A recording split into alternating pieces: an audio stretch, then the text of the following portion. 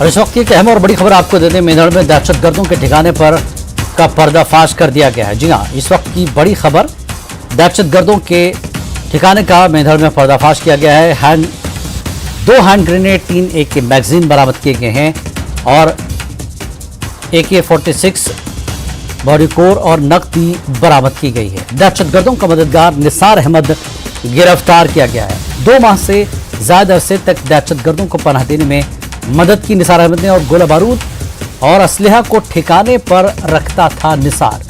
बड़ी खबर इस वक्त की, 20 अप्रैल को हमले में हिंदुस्तानी फौज के 5 जवान मारे गए थे। बड़ी खबर इस वक्त की, 20 अप्रैल को हमले में हिंदुस्तानी फौज के 5 जवान मारे गए थे। आपको बता दें, मेंढड़ में दहशतगर्दों के ठिकाने का पर्दाफाश किया गया है, जिसमें 2 हैंड ग्रेनेड, 3 AK मैगजीन बरामद किए गए और AK-46 बॉडी कोर और नकदी बरामद हुई है। तो दहशतगर्दों का मददगार निसार भी गिरफ्तार किया गया है।